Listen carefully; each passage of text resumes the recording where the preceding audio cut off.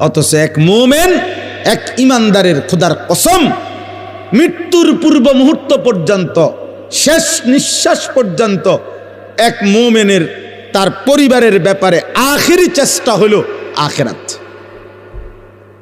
শেষ চেষ্টা হওয়া উচিত আখিরাত। আম কুনতুম শুহাদা is হাদারা Yakub Al Maut is ক্বালা লিবানিহি মা তা'বুদুনা মিন বা'দি। কোরআনুল কারীমের মধ্যে আছে, আল্লাহ তাআলা বলেন, ইয়াকুব আলাইহিস সালাম তার 12 জন সন্তান, এই 12 জন সন্তান ইয়াকুব নবীর, ইয়াকুব আলাইহিস সালাম এর 12 জন সন্তান ছিল। ওই যে ইউসুফ বিনিয়ামিন, ওনারা 2 ভাই, আরো 10 ভাই পানিত ফেলা কূপে ফেলাইছে, যে 10 ভাই, এ কয়জন হলো? 12 জন।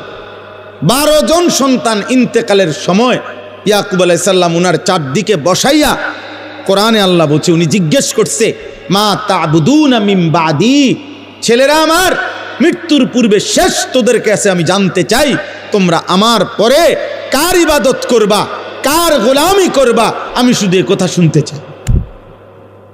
ক্বালু না'বুদু ইলাহাকা ওয়া ইলাহা আবাইকা ইব্রাহিমা ওয়া ইসমাঈলা ইলাহান ওয়াহিদা। ছেলেরা বলল, আব্বা, যুগ যুগ ধরে আপনি যেই ইলাহের ইবাদত করতেন, আপনার পূর্বপুরুষ ইসহাক, আপনার পূর্বপুরুষ ইব্রাহিম, ওনারা ইসমাইল, ওনারাও যেই রবের ইবাদত করত, আমরাও মৃত্যু পর্যন্ত সেই রবের ইবাদতই করব। তো ইয়াকুব আলাইহিস সালাম বলছে, ঠিক আছে আব্বা, আমি বিদায় নিলাম, আমি নিশ্চিন্ত হলাম, আমার সন্তানের কাছ থেকে আমি শেষবারের মতো আল্লাহর ইবাদতের কথা মনে আছে কিনা এটা জেনে রাখলাম। চিন্তা করে দেখে, হযরত ইব্রাহিম আলাইহিস সালাম, কোরআনুল কারীমের মধ্যে আছে, ইব্রাহিম নবী আল্লাহর কাছে দোয়া করতেন, রব্বি জাআলনি মুকিমাস সালাহ ওয়া মিন যুররিয়্যাতি রব্বানা ওয়া তাকাব্বাল দুআ। কোরআনুল কারীমের মধ্যে সবচেয়ে বেশি দোয়া হলো ইব্রাহিম নবীর দোয়া।